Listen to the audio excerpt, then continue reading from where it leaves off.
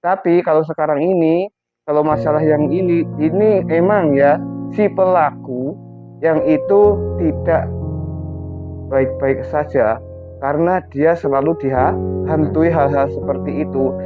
Ya ada gelisahnya, ada bingung dan semuanya lah menghantui mereka. Itu tidak nyenyak apalagi sekarang udah terpendam selama 8 tahun muncul kembali.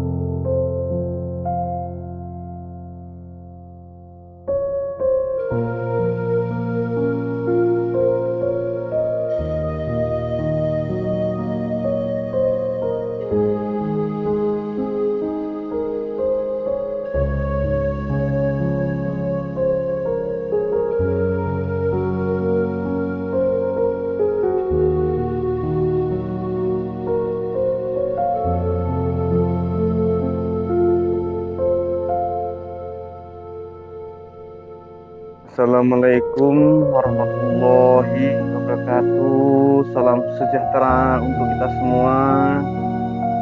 Vina, oh Vina, si cantik dari Cirebon yang telah mengalami suatu musibah, yaitu pembunuhan yang telah terjadi pada tahun 2016 yang kiranya sampai sekarang ini hampir 8 tahun. Kemana waktu itu tenggelam, apakah itu tenggelam ke lautan, ke dalam dasar laut, kok sekarang baru timbul kembali. Kiranya semoga keluarga yang ditinggalkan, semoga beliau kuat menghadapi cobaan yang telah diterimanya atas kejadian ini. Amin. Dan sampai sekarang masih dalam pencarian, yang mana 3 pelaku sampai hari ini belum ketemu, yang mana itu tergantung dari pihak yang berwajib, kemudian tidaknya tergantung niat apa tidak. Nah ini Gus, kenapa nih Gus kasus sudah segitu lamanya belum kunjung selesai juga nih Gus, dan kenapa belum ditemukan pelaku 3 orang tersebut? Kalau dilihat dari itu ya, masalah yang pelaku 3 orang ini sebenarnya itu tergantung dari pihak berwajib lah ya. Dia berwajib, pokoknya asalkan itu benar-benar niat untuk mengupasnya, untuk mengupas tuntas dan mencari pelaku yang sebenarnya itu bagaimana, itu tergantung dari pihak yang berwajib lah. Semua itulah tergantung dari niatnya, dan tidak tahu apakah itu ada suatu hal yang tanda tanya apa bagaimana. Itu yang 3 orang itu memang sampai sekarang itu masih dalam keadaan belum ditemukan. Nah, apa kesulitan dari penangkapan pelaku-pelaku yang sampai ini belum ditemukan atau ditangkap nih Gus? Ya karena bukannya kesulitan dalam hal penangkapan atau pencarian mereka beliau. Nah, di situ kan kalau emangnya itu sulitnya ya bagaimana? Karena apa? Karena di situ kan udah ada ini ya, ada hal pemerkosaan dan segala-galanya kan. Nah, itu kan bisa divisum itu dari hubungan mereka, yang berhubungan dengan mereka itu kan bisa dicek di visum itu. Jadinya kalau emangnya ini benar-benar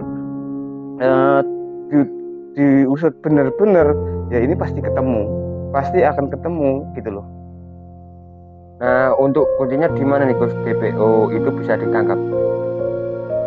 kuncinya ya di pihak di pihak yang berwajib lah, dengan desakan dari keluarga, desakan dari saudara-saudara beliau. Kuncinya cuma satu, yaitu di pihak keluarga dan dari pihak kepolisian atau yang berwajib.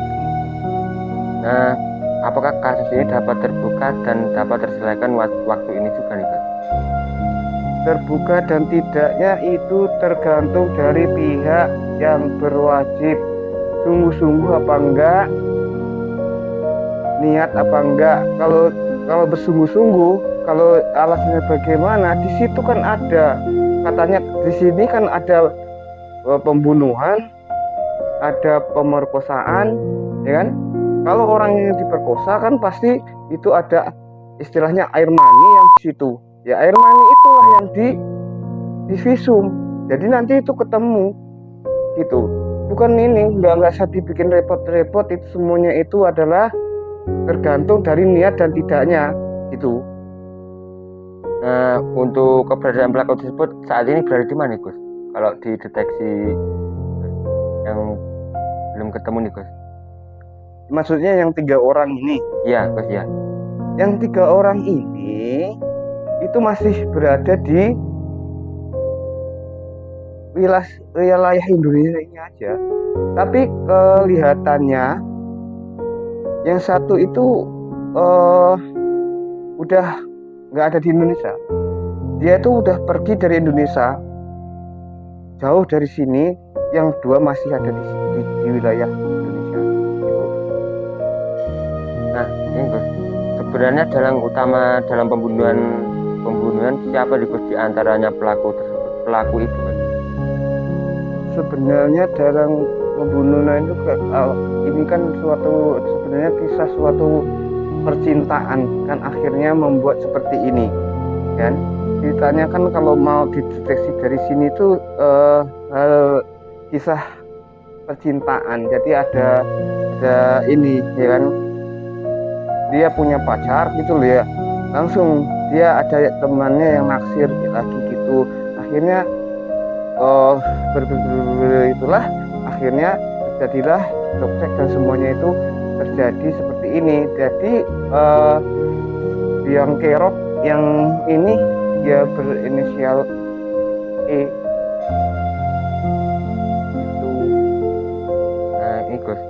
Apakah benar sosok arwah almarhum Vina tersebut gentayangan menghantui proses hukum, dan apakah Gus maksudnya arwah Vina tersebut menghantui hukum itu Gus? Wallahu alam. Kalau masalah arwah Vina bergentayangan yaitu menghantui orang yang mau melapor, itu maksudnya yang masalah hukum ini kan, itu enggak, sebenarnya tidaklah, semua itu kan halusinasi aja itu ya kan.